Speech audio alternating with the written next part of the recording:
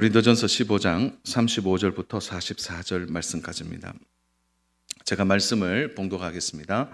누가 묻기를 죽은 자들이 어떻게 다시 살아나며 어떠한 몸으로 오느냐 하리니 어리석은 자여, 내가 뿌리는 씨가 죽지 않으면 살아나지 못하겠고 또 내가 뿌리는 것은 장래의 형체를 뿌리는 것이 아니요 다만 밀이나 다른 것의 알맹이 뿐이로되 하나님이 그 뜻대로 그에게 형체를 주시되 각 종자에게 그 형체를 주시느니라.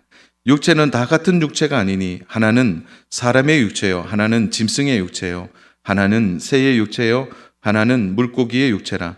하늘에 속한 형체도 있고 땅에 속한 형체도 있으나 하늘에 속한 것의 영광이 따로 있고 땅에 속한 것의 영광이 따로 있으니 해의 영광이 다르고 달의 영광이 다르며 별의 영광도 다른데 별과 별의 영광이 다르도다.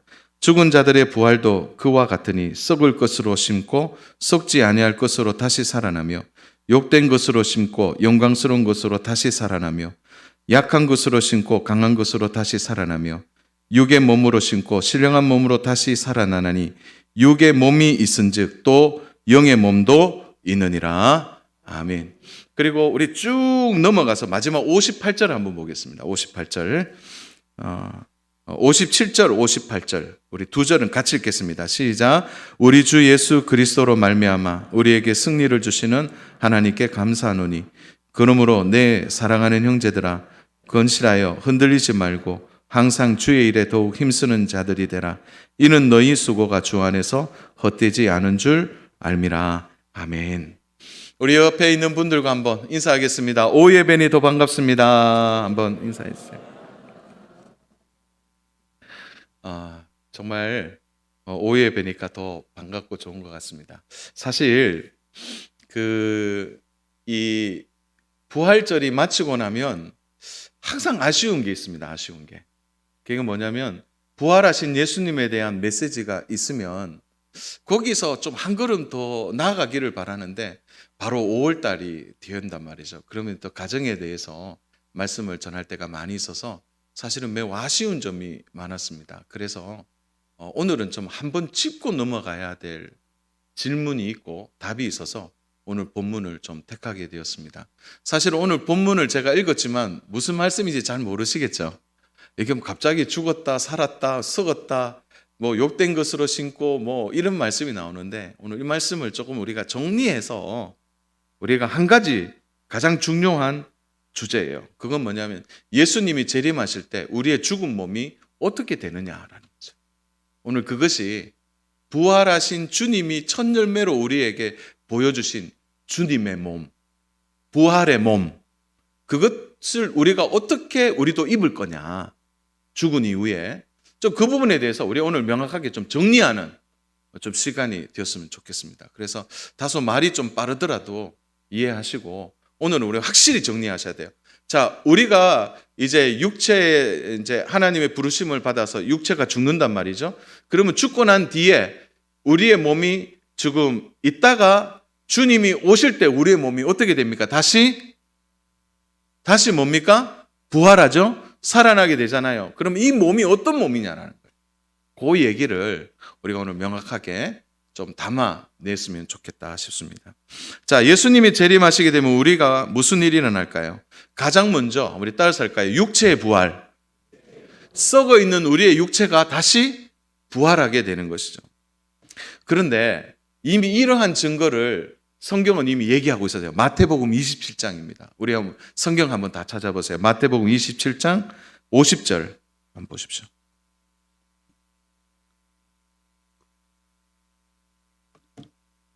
마태복음 27장 50절 찾으셨습니까? 50절부터 54절까지인데 우리 같이 읽습니다. 예수께서 다시 크게 소리 지르시고 영원히 떠나시니라. 이에 성소 위장이 위로부터 아래까지 찢어져 둘이 되고 땅이 진동하며 바위가 터지고 무덤들이 열리며 자던 성도들의 몸이 많이 일어나되 예수의 부활 후에 그들의 무덤에서 나와서 거룩한 성에 들어가 많은 사람에게 보이니라. 백부장과 및 함께 예수를 지키던 자들이 지진과 그 일어난 일들을 보고 심히 두려워하여 이르되 이는 진실로 하나님의 아들이었도다 하더라. 자, 어떤 일이 일어났습니까? 예수님이 십자가에 달리자 휘장이 양쪽으로 찢어졌어요. 휘장은 뭘 의미합니까? 바로 어린 양 대신 예수님의 몸을 의미합니다. 자, 몸이 찢어지면서 휘장이 열리고 하나님과 우리 사이에 막힌 담이 이제 걷어지게 되는 거예요. 그러면서 하나님과 우리가 진정한 이제 소통이 일어나게 되는 것이죠. 자, 그런데 문제가 하나 생겼어요. 52절. 무덤들이 열리며 자던 성도들의 몸이 많이 일어났다는 거예요. 혹시 이 구절을 좀 묵상해 보셨습니까? 그러니까 이런 거예요. 그러니까 예수님의 이제 돌아가시자 휘장이 쫙 찢어지면서 그야말로 이제 구속, 제사함의 은총이 딱 임하는 순간에 아니 예루살렘 주변에 있는 무덤의 돌들이 열리는 거예요. 그리고 죽은 자들이 어떻게 됐다 그럽니까? 많이 일어났다. 근데 그 일어난 사람의 분류가 있습니다. 여러분 한번 보세요. 52절에 무덤이 열리며 자던 성도들의 몸이 많이 일어나되, 자던 사람의 몸이 아니라 자던 성도예요. 자, 그러면 예수님보다 먼저 죽은 성도가 누구입니까? 한번 생각해 보세요. 예수님보다 먼저 죽은 성도가 누구죠? 예수님을 믿고 죽었던 성도가. 가장 가까이에는 세례 요한이 되겠고요. 그리고 예수님이 메시아로 오실 것을 가브리엘 천사를 통해 알았던 누구입니까? 예수님의 육의 아버지 요셉. 예수님이 올 것을 직접 이제 얘기 듣고 기다렸던 사가랴. 그러니까 예수님보다 먼저 죽은 예수님을 믿은 성도들이 일어난 거예요. 여러분 한번 상상해 보십시오. 그들이 일어난 것입니다. 그들이 일어났어요. 시몬도 일어났을 겁니다. 자, 중요한 것은 이들이 일어났다가 어떻게 됩니까? 일어났다가 53절 같이 읽겠습니다. 53절. 예수의 부활 후에 그들이 무덤에서 나와서 거룩한 성에 들어가 많은 사람에게 보이니라. 그들이 일어나서 나왔대요. 여러분, 이 부분을 어떻게 이해하시겠습니까? 저도 이 부분을 이해하기 위해서 하여튼 제가 가진 모든 주석들을 다 찾아서 확인해 봤습니다. 그런데 모든 주석가가 동일하게 한 가지를 얘기해요. 그런데 이 일이 바로 죽고 난 이후에 주님이 부활하실 때 일어날 예표로 우리들에게 보여주고 있습니다. 보세요. 일어났습니다. 그리고 이들 일어나서 어떻게 합니까? 바로 사람들이 있는 거룩한 성에 들어갔다. 이 말은 예루살렘 성을 의미합니다. 많은 사람에게 보인 거죠. 산 여러분, 이렇게 되니까 54절에 어떤 일이 일어납니까? 백부장, 예수를 지키던 자들, 지진과 그 일어난 일들을 보고 하나님의 아들이라고 고백하는 자들이 생겨난 거죠. 산 여러분, 부활 이후에 일어난 예루살렘의 소동입니다. 왜 이것을 기록에 남겼을까요? 성경은 우리의 죽음이 죽음으로 끝나지 않고 우리에게 반드시 일어난 일을 영화의 예고편처럼 우리들에게 보여주고 있는 거죠. 그러니까 우리가 가끔 그런 생각 가질 때 있잖아요. 아유, 뭐 죽은 사람이 일어나니까 하도 요즘 영화를 많이 보니까 영화에 죽은 사람을 어떻게 합니까? 막 이렇게 해서 막 돌아다니는 그런 사람을 생각하는데 전혀 아닙니다. 그들이 일어나서 바로 많은 사람에게 보이게 되는 것이죠. 근데 성경은 그 뒤에 딱 여기까지 얘기하고 멈춥니다. 왜 그렇죠? 더 이상 그들을 주목하지 않기를 바라는 거죠. 왜요? 이 일이 온 믿는 성도들에게 앞으로 일어날 일이기 때문에 더 이상 안 다뤄도 되는 거죠. 더 주목하는 것은 예수님의 부활 이후의 사건들을 더 다루고 있는 것입니다. 그러므로 이런 일을 우리가 염두에 두면서 오늘 고린도전서 15장에 죽은 자들이 어떻게 다시 살고 어떤 몸을 입는가, 이 질문에 우리가 한번 대답해 봐야 합니다. 자, 예수님이 재림하시면 우리에게 무슨 일이 일어납니까? 세 가지의 일이 일어나요. 우리 첫 번째 한번 따라서 할까요? 육체의 부활, 최후의 심판, 상급과 형벌. 자, 요거 좀 순차적으로 일어나겠죠? 우리의 죽은 육체가 일어납니다. 부활되죠? 그러면 우리가 최후의 심판을 받게 되죠. 그러나 우리의 심판은 뭡니까? 지옥 가는, 영원한 지옥의 형벌에 가는 심판이 아니라 상급에 대한 심판이 되겠죠? 그러나 믿지 않는 자들도 육체가 부활해요. 그러나 그들의 육체는 어떻게 되는 겁니까? 영원한 지옥 형벌로 떨어지게 되는 형벌의 심판을 받게 되는 거예요. 자, 이것이 예수님의 재림 이후에 부활의 몸을 입은 우리들에게 나타나는 일입니다. 그러면 우리는 궁금해집니다. 그러면 우리가 부활한 몸을 가지는데, 그러면 성경이 우리의 부활한 몸이 어떤 몸인지를 말해 주느냐라는 거예요. 어떤 몸이냐는 거죠. 35절. 우리 같이 보겠습니다. 35절 시작. 누가 묻기를 죽은 자들이 어떻게 다시 살아나며 어떠한 몸으로 오느냐 하리니. 자, 성경은 죽은 자들이 다시 살아날 때 이제 육체의 죽음을 분리라고 말하잖아요. 영혼과 육체가 분리되는 것을 이야기합니다. 사람의 가장 큰 특징은 뭡니까? 영혼과 육체가 있는 거죠. 근데 동물은 몸은 있지만 영혼이 없습니다. 그래서 전도서 3장 21절에 보면은 이런 말씀이 있거든요. 전도서 3장 21절 한번 같이 읽어볼까요? 시작. 인생들의 혼은 위로 올라가고 짐승의 혼은 아래 곧 땅으로 내려가는 줄을 누가 알랴. 이 말은 뭐냐면 알아라 이 말이죠. 누가 알랴 이 말은 몰라도 될 게 아니라 알아야 된다라는 거죠. 그래서 사실은 사람과 동물의 가장 큰 차이가 뭐냐? 사람은 하나님의 형상대로 지음을 받았어요. 그러나 동물은 하나님의 말씀으로 창조된 거죠. 형상과 말씀은 너무 다른 거예요. 이거는 그 차이를 말할 수 없는 거죠. 그래서 우리는 이제 생각, 감정, 의지가 있는 영적인 존재로 하나님이 친히 빚어 만드셨고, 동물은 하나님의 입에서 나오는 말씀으로 창조된 거죠. 그러니까 그 차이가 분명한 거죠. 그러므로 우리는 영과 육을 가졌습니다. 영과 육을. 성경은 죽음 외에 영혼의 죽음에 대해서도 말하죠. 이것은 나중에 완전히 하나님과 분리되는 걸 의미합니다. 그거는 최후의 심판 이후에 형벌과 상급에 대한 심판을 받을 때 나누어지게 되는 것입니다. 이게 영원한 죽음이죠. 영원한 죽음. 자, 그러면 우리의 몸이 어떻게 되는지 36절이 그 답을 주고 있습니다. 같이 읽어보겠습니다. 어리석은 자여, 내가 뿌리는 씨가 죽지 않으면 살아나지 못하겠고 씨가 죽으면 새로운 식물이 나지 않느냐. 자, 씨가 죽지 않으면 안 된대요. 씨가. 근데 씨를 보고 죽었다고 말하지 않죠. 그 씨에는 씨가 죽으면서 갈라지면서 생명이 나오는 거라고 말하는 것입니다. 사실은 바울이 어리석은 자여 이렇게 말하는 이유는 당시 고린도 교회에 헬라의 철학의 영향을 받은 개종한 성도들이 일부 있었어요. 그 말은 뭐냐? 헬라 철학의 핵심이 뭡니까?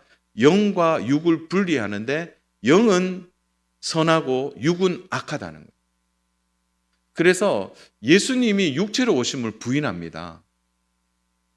어떻게 선하신 하나님이 육체의 악함을 입고 오시겠느냐?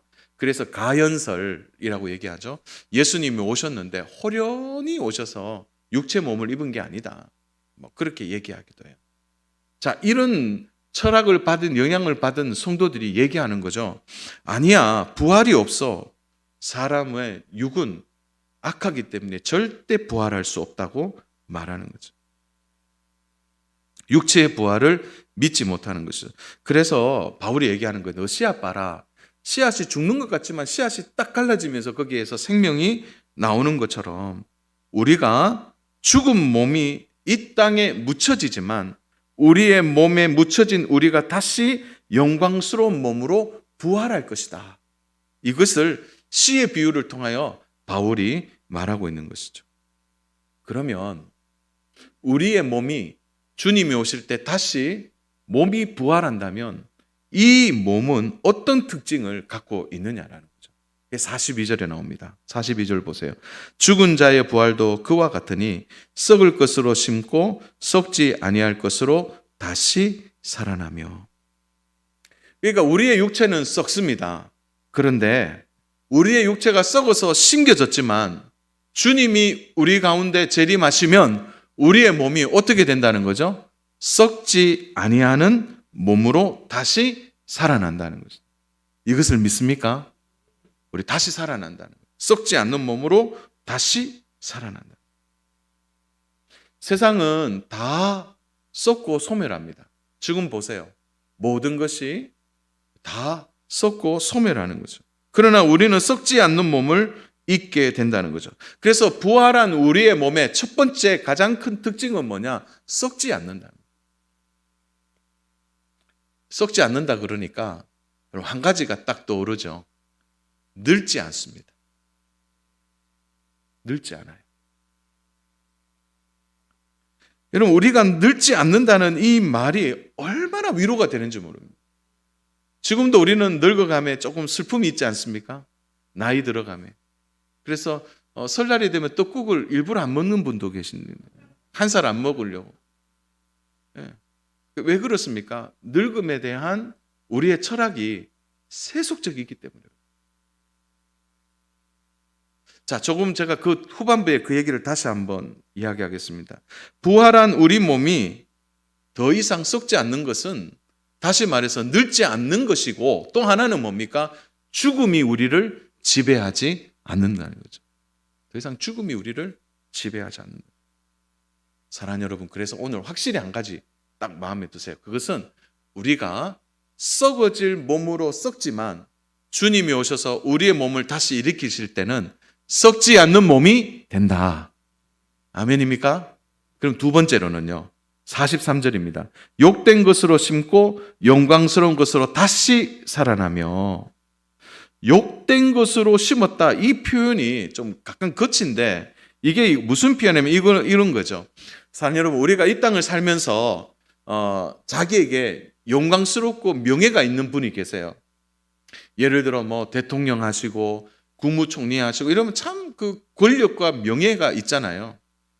그런 분들, 또 인기, 또 존귀한 분들, 막 사람들이 막 너무 귀하게 보는 그런 분인데, 보세요. 죽음을 통과하게 되면 어떤 것이 됩니까? 그 끝은 좁은 관 속으로 들어가게 됩니다. 그 영광스럽고 존귀하고 인기 많고 명예가 가득한 어떤 사람이라도 마지막으로는 욕되게 끝난다는 거예요. 그 욕되게 끝나는 게 뭡니까? 좁은 관 속으로 다 들어가는 거예요. 이전에는 그랬단 말입니다. 사람들이. 아무리 영광스러운 파라오라 할지라도, 아무리 세상 권력을 가진 애굽의 왕이라 할지라도 그의 마지막은 욕된 관으로 들어가는 것으로 끝났단 말입니다. 지금의 모든 인생들이. 그런데 그 육체의 마지막을 어떻게 얘기하는가? 그래서 욕되다 이렇게 말하는 것입니다. 그러나 이제는 어떻게 되는 겁니까? 영광스러운 몸을 입고 다시 부활하게 된다는 거예요. 어마어마한 일이죠. 욕된 우리가 더 이상 좁은 관에서 끝나는 것이 아니라 영광스러운 저 하늘의 영광을 모두 누리는, 하늘의 그 어마어마한 천국의 영광을 좁은 관에서 끝나는 것이 아니라 영광스러운 몸을 입고 앞으로 누리게 될 것이다. 그러니까 우리에게 이 부활이 얼마나 큰 은혜요, 소망이 되는지 모릅니다. 사실은 부활에서 이 영광스러운 몸을 잠시 맛본 일이 있었습니다. 변화산에서 예수님이 영광스러운 몸이 되었습니다. 그것을 본 베드로가 어떻게 합니까? 나 내려가기 싫어요. 나 여기서 살고 싶어요. 그 잠시 본 영광 앞에 베드로가 모든 세상의 것이 생각나지 않는, 사랑하는 여러분, 우리에게 참 소망이 여기 있는 것 같아요. 우리도요, 언젠가 주님이 우리가 썩은 몸으로 죽어 우리가 잠시 공백의 기간이 있지만 주님이 재림하셔서 우리가 영광스러운 몸을 입는 순간에는요, 세상에 그 어떤 것도 부럽지 않는 가장 영광스러운 몸을 우리 모두가 있는 줄로 믿습니다. 우리 두 가지 했죠. 첫 번째 뭡니까? 우리의 몸이 썩지 않는 몸으로. 두 번째, 영광스러운 몸으로. 세 번째로는요, 43절에 나옵니다. 욕된 것으로 심고 영광스러운 것 다시 살아나며, 그 다음 구절입니다. 약한 것으로 심고 강한 것으로 다시 살아난다는 거죠. 우리의 육체는 늘 약했습니다. 그래서 이전에는 약한 몸을 갖고 있습니다. 그래서 점점 약해지는 것 같습니다. 올해보다 작년 어떠세요? 더 펄펄 나십니까? 펄펄 이렇게 뭐랄까요? 제가 한 가지 좀 변한 게 있더라고요. 저도 뭐였냐면, 예전에는 이렇게 건강식품이 들어오면 일단 받으면 이것을 꼭 먹어야 되겠다, 이런 생각을 잘 못했던 것 같습니다. 근데 요즘은 오면 무조건 받습니다. 이제는 그 건강식품을 먹게 돼. 그래서 제가 지금 제 책상 옆에도 보면 그 건강이기 식품 그 뭡니까, 이렇게 그 알약으로 돼 있는 거 있거든요. 근데 이게 몸이라고 표현하기 죄송한데 뭐냐면은 점점 약해진다는 것이 느껴집니다. 요즘은 약간 서러운 것 중에 하나가 저희 자녀들의 힘이 더 세진다는 것에 너무 슬픔이 느껴집니다. 첫째 제가 손을 딱 잡았는데 이제 팔씨름하면 지겠더라고요. 참 이게 뭡니까? 점점 약해집니다. 어떠세요? 약한 것으로 점점 바뀌지 않습니까? 그런데 우리의 약한 몸이 이렇게 신겨지지만 우리의 부활에는 우리의 몸이 약한 몸이 아니라 어떤 몸이 됩니까? 강한 몸이 됩니다. 세월이 지나가면 몸이 아프고 넘어지고 다치고 자주 부러지고, 그래서 질그릇이 깨어지듯이 우리의 몸이 그렇다가 부활할 때는 우리의 몸이 어떻게 됩니까? 강한 몸이 된다는 거예요. 누구도 감당할 수 없는 강한 몸이 됩니다. 너무 귀한 몸이죠. 우리 세 가지 했습니다. 첫 번째, 썩지 않는 몸. 두 번째, 영광스러운 몸. 세 번째, 강한 몸이 되죠. 네 번째, 어떤 몸입니까? 44절입니다. 우리 같이 읽겠습니다. 육의 몸으로 신고 신령한 몸으로 다시 살아나나니 육의 몸이 있은즉 또 영의 몸도 있느니라. 네 번째로는요, 우리의 몸이 어떻게 됩니까? 신령한 몸이 된다고 말씀하는 것이죠.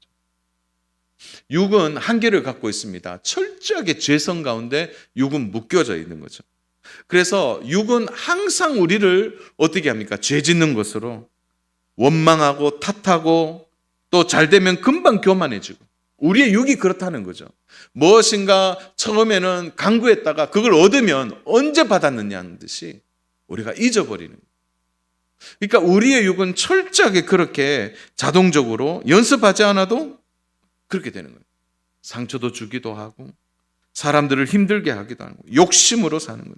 그래서 육의 몸의 가장 큰 특징은 뭡니까? 자기 마음대로 사는 거예요. 그런데 신령한 몸을 입으면 어떻게 됩니까? 우리가 주님의 영에 지배받는 몸이 되는 거죠. 어떤 분들은 그러더라고요. 목사님, 천국 가면 너무 힘들 것 같아요. 그래서 왜 그러시냐고 물으니까 천국 가면 매일 예배 드려야 된대. 천국 가면은 매일 찬송해야 됩니다. 그리고 천국 가면 제일 싫은 말이 있대요. 그 왜냐하면 찬송이 천국 가면은 100절이 있는데 그 100절 다 찬양하고 나면 앞에 인도자가 한 번 더 이렇게 하면은 막 죽을 것 같다고 천국 가면 그렇게 얘기해요. 그런데 그런 생각이 드는 이유가 뭔지 아세요? 육의 제한을 받고 있기 때문에 그렇습니다. 그러니까 육의 생각을 가지고 천국을 공식적으로 대비하니까 이게 막 미칠 것 같다. 그 천국 가면은 23부 예배를 드려야 되나? 1부 예배 마치면 또 예배 드려야 되고 막. 그리고 천국은 다 찬송하니까 막 악기 하나씩 들어야 돼요. 너무 힘들다. 이게 천국일까? 막 이런 생각하는데 그거는 다 우리가 육체의 제한을 받고 있기 때문에 그런 거예요. 사랑하는 여러분, 신령한 몸이 피곤할까요? 더 힘드세요. 신령한 몸을 가진 우리가 시간의 제한을 받을까요? 공간의 제한을 받을까요? 저는 감히 말씀드리는데 우리 천국에 가면은 공간의 제한 안 받을 겁니다. 천국 가면 제가 제일 소망하는 게 날아다닐 건데 중력의 지배를 안 받으니까 신령한 몸은요 이런 고민을 하지 않습니다. 이 땅에서야 우리가 신령한 몸이 되기를 얼마나 애렸습니까? 오늘 주일날 예배 잘 드리고도요 돌아가는 차 안에서 부부싸움 할 수 있고요 은혜를 나누고 돌아가는 길에 그럴 수 있어요. 육의 한계가 있는 거예요. 그러나 신령한 몸을 입었을 때 오는 영광스러운 예배는요 진짜 영광입니다. 저는 사모예요. 천국 가서 23부 예배 드린들 우리의 영이 그렇게 기쁜데 그게 100% 순도 아닙니까? 흠이 없는데 흠이 죄가 요만큼이라도 들어올 수 없는데요 거기서 하나님과 교제와 교통이 이루어지는 그런 우리의 몸을 입는다는 것이 얼마나 영광스러운 일인지 모릅니다. 사랑하는 여러분, 우리 4가지 오늘 정리하면 오늘 사실은 이 메시지가 거의 마무리되는 겁니다. 4가지. 첫 번째, 썩지 않는 몸을 입고, 두 번째, 영광스러운 몸을 입고, 세 번째, 강한 몸이 되고, 네 번째, 신령한 몸이 되는 거예요. 그게 언제 이루어집니까? 우리가 이 땅의 마지막 개인의 종말을 맞이해서 우리가 무덤에 들어가고 죽음을 맛보고 죽음 가운데 우리가 있을 때 우리의 육이 어떻게 되는 것입니까? 주님이 재림하시는 날 영과 육이 동시에 부활하는, 그러니까 우리의 영이 다시 육의 몸을 입을 그 영광스러운 순간에 우리의 몸이 그렇게 변하는. 그러나 사랑하는 여러분, 그때까지는 우리가 육체의 한계를 가지고 살아가는 것입니다. 지금은 신령한 몸이 아닙니다. 날마다 영과 육이 싸우는 거죠. 그래서 로마서 8장과 로마서 9장에서 사도 바울이 얘기합니까? 나는 날마다 싸운다는 거예요. 육체의 소욕과 싸우는 거예요. 오라 나는 공고한 자라고 고백하는 거예요. 그러나 바울은 분명히 기억하는 것이죠. 언젠가 주님이 주시는 이 신령한 몸을 우리가 입을 때 우리는 더 이상 고민하지 않게 됩니다.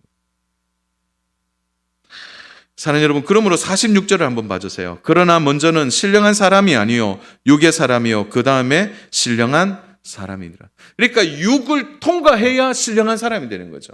사랑하는 여러분, 그러므로 죽음은 우리에게는 어떤 의미가 있는 것입니까? 통과하는 것입니다. 신령한 몸을 입기 위해 통과하는 것입니다.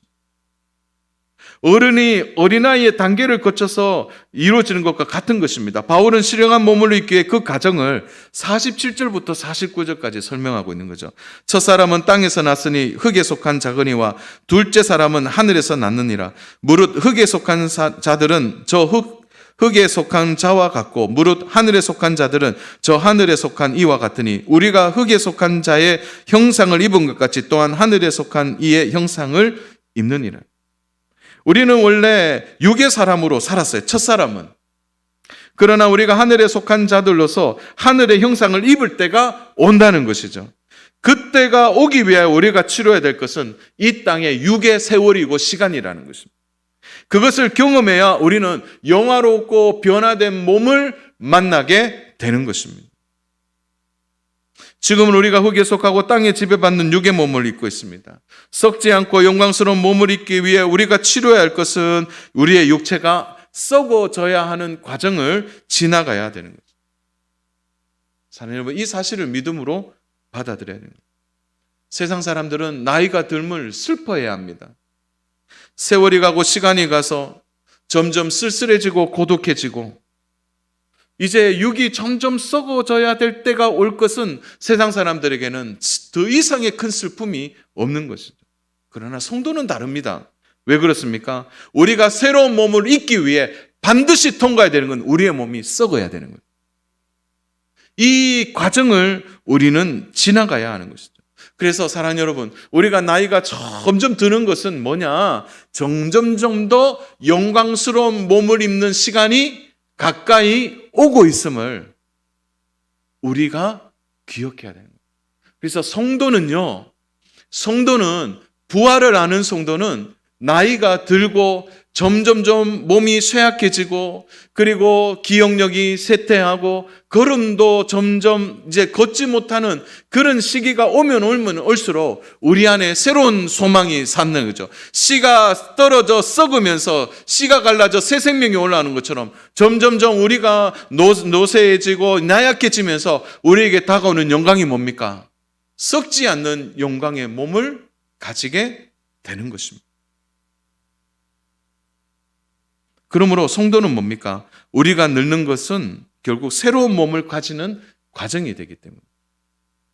그래서 저도 이제 읽고 있는 책 중에 이제 이런 두꺼운 책 중에 하나가 뭐냐면은 그리스도인의 늙어감에 대하여라는 책입니다. 도란노에서 나온 책인데 그 책에서도 동일하게 얘기하는 거죠. 우리가 썩어야 영광스러운 몸을 입는 것입니다. 그래서 잠언에서 백발은 영광의 면류관이라고 하는 이유가 뭡니까? 점점 그 육체가 백발이 되어질 때 영광스러운 몸이, 신령한 몸이, 그리고 썩지 않는 영광이 다가오고 있기 때문에. 그래서 오늘부터 우리 생각을 좀 바꾸셔야 돼요. 세상 사람들이야 세월이 지나가는 것을 서러워해야 하는 것이 당연합니다. 왜냐하면 이들에게는 영광스러운 몸에 대한 약속이 없기 때문이죠. 천국 생활에 대한 영광스러운 몸이 없는 것이요. 그래서 세상 사람들은 소망이 없는 것입니다. 그래서 그들은 늙어가는 것을 힘들어해야 되고 고통스러워해야 되고 어떻게 해야 되나 하면서 그들은 삽니다. 그러나 우리는 다르죠. 우리는 다릅니다. 우리는 영광스러운 몸을 입기 위한 늙어감의 과정이라는 것이죠. 그래서 우리 나이 드신 분들을 뵐 때마다 우리가 생각해야 될 것은 이제 영광스러운 몸을 입기 위하여 준비하고 있는 거예요. 그래서 우리는 슬퍼하지 않습니다.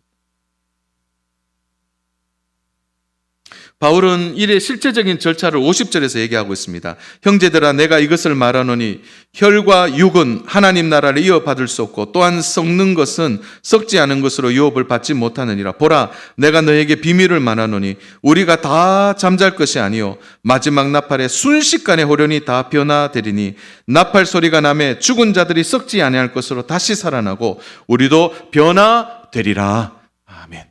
우리가 변화된다는 것이죠. 우리의 썩음이 끝이 아니라 다시 영광스러운 몸으로 일어나는. 그래서 우리의 이 나이 들매 일들은 영광스러운 일의 과정이 되는 것입니다. 부활은 더 적극적으로 표현하죠. 사망을 없어지는 거죠. 54절, 55절. 이 썩은 것이 썩지 아니함을 입고 이 죽은 것이 죽지 아니함을 입을 때에는 사망이 삼키고 이기리라 기록된 말씀이 이루어지리라. 55절. 그래서 바울이 선언하고 있는 거예요. 우리 55절은 크게 우리 같이 한번 외우겠습니다. 시작. 사망아 너의 승리가 어디 있느냐? 사망아 내가 쏘는 것이 어디 있느냐? 그러니까 사망이 우리를 더 다스리지 못한다는 거예요. 영광스럽고 썩지 아니하고 강하고 신령한 몸을 입는 우리에게 사망이 우리를 더 어떻게 쏘겠냐라는 거죠. 사망이 사라지는 것입니다. 우리는 더 이상 죄와 상관이 없게 되는 것이죠. 지금까지는 사망 앞에서 죽음 앞에서 우리는 고통스러워했습니다. 때로는 가족들의 부고를 봐야 했고요. 때로는 성도들의 부고를 보면서 힘들어했습니다. 그러나 주님이 재림하시는 날 부활의 은혜 앞에서 우리는 더 이상 슬퍼하지 않습니다. 제가 개인적으로 말씀 준비하면서 이제 한 가지 소망이 이제 있습니다. 그것은 저도 부활의 몸을 입는 날 저는 그렇게 보고 싶은 육신의 아버지를 만날 수 있는 거예요. 초등학교 6학년 때 돌아가신 아버지. 마지막 예수 믿고 돌아가셨던 그 아버지. 그래서 다시 죽음이 아버지와 우리를 갈라놓았. 잠시 헤어지게 만들었어요. 그러나 다시 만날 것입니다. 부활의 몸으로 그렇게 슬퍼했던 가족들을 다시 재회하는 거죠. 이 모든 것이 가능한 이유가 무엇입니까? 부활의 승리를 주신 하나님이시기 때문에 가능한 거죠. 57절 같이 읽습니다. 시작. 우리 주 예수 그리스도로 말미암아 우리에게 승리를 주시는 하나님께 감사하노라. 아멘. 네, 우리에게 승리가 있습니다.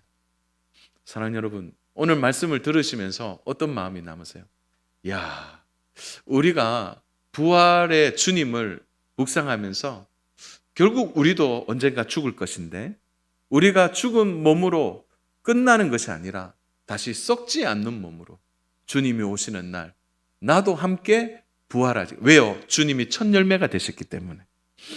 그래서 우리가 다시 부활하는 날 썩지 않고 영광스러운 몸으로, 강한 몸으로, 신령한 몸으로 우리가 일어날 때는 죄와 죽음과 사망이 꼼짝없이 묶임을 당하고 우리는 승리하게 되는 것입니다. 그래서 이 감사가 바울이 말하는 감사입니다. 그러므로 신령한 몸을 입고 강한 몸을 입고 영광스러운 몸을 입고 썩지 않는 몸을 입을 이 소망 때문에 성도는 어떻게 살아야 됩니까? 결론입니다. 58절 시작. 그러므로 내 사랑하는 형제들아 근실하며 흔들리지 말고 항상 주의 일에 더욱 힘쓰는 자들이 되라. 이는 너희 수고가 주 안에서 헛되지 않은 줄을 알미라. 아멘, 아멘. 이렇게 되는 몸입니다, 우리가. 사랑하는 여러분, 우리에게는 허무가 없습니다. 부활의 소망이 있기 때문입니다. 그러므로 사랑하는 여러분, 이 부활의 소망을 가진 성도가 해야 할 일은 주의 일에 힘쓰는 자들이 되는 것입니다. 흔들리지 않아야 됩니다. 코로나로 인하여 흔들리십니까? 흔들리지 않으셔야 돼요.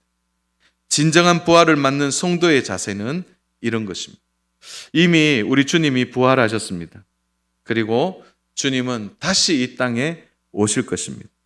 우리의 합당한 태도는 그날을 믿기 때문에 부활의 소망을 가지고 우리는 이 땅에서 육의 몸을 갖고 있지만 끝까지 바로 힘써야 될 일이 우리에게 있는 것입니다. 썩지 않는 몸, 영광스러운 몸, 강한 몸, 신령한 몸으로 우리가 마지막 부활의 소망이 있다는 것을 기억하시고 주 안에 사랑하는 여러분, 이 땅에 남길 수 있는 가장 복된 일은 주를 위한 일인 줄로 믿습니다. 영적으로 잠자고 있다면 이 말씀 생각하고 다시 일어나셔야 돼요. 다시 회복하셔야 됩니다. 다시 하는 나라의 소망을 둬야 하는 것입니다. 혹여나 늙어감에 슬픔을 가진 분들이 있습니까? 좀 나이가 드니까 몸은 아프고 힘들어서 오늘도 내일도 슬픈 생각하시는 성도가 있다면 오늘 깨어나시기를 바랍니다. 썩어야 영광스러운 몸을 입게 돼요. 우리가 그 과정을 지나가야 합니다. 그때까지. 그 과정을 지나가야 되기 때문에 오늘 우리가 헛되지 않도록 주의 일에 힘쓰는 자들이 되어야 합니다. 점점 교회가 어려워진다는 얘기도 들리고 그리스도인이 세속화되어지는 오늘 세상에서 변치 않는 진리가 있습니다. 그것은 주님이 반드시 오신다는 거예요. 주님이 다시 오신다는 것입니다. 그 오실 때 영적으로 잠을 자고 있으면 어떡합니까? 깨어나셔야 돼요. 그리고 부활의 영광을 제대로 알고 우리의 몸이 그렇게 변화될 것을 믿고 영적 싸움에 낙심하지 마시고 부활의 주님을 바라보면서 부활의 소망 가운데 믿음의 성도로서 참된 믿음의 길을 걸어가는 은혜가 저와 우리 귀한 성도 한 분 한 분에게 있기를 주님의 이름으로 축복합니다. 우리의 몸이 네 가지로 어떻게 된다고요? 우리 이거 하고 기도하겠습니다. 첫 번째, 썩지 않는. 두 번째, 영광스러운 몸. 세 번째, 강한 몸. 네 번째, 신령한 몸. 우리 옆에 있는 분들에게 얘기하세요. 그 몸이 될 것이라고 축복하십시오. 그 부활의 몸이 될 것입니다. 네. 그래서 조금 옆에 분에게 확실한 진리 전해주세요. 썩어야 돼. 이렇게 한번 얘기해 보세요. 썩어야 돼. 썩어야 영광스러운 몸을 입는. 그때까지 주의 일에 흔들리지 마시고 견고하여 주님의 나라에 합당하게 쓰임받는 저와 믿음의 성도님 되시기를 주님의 이름으로 축복합니다.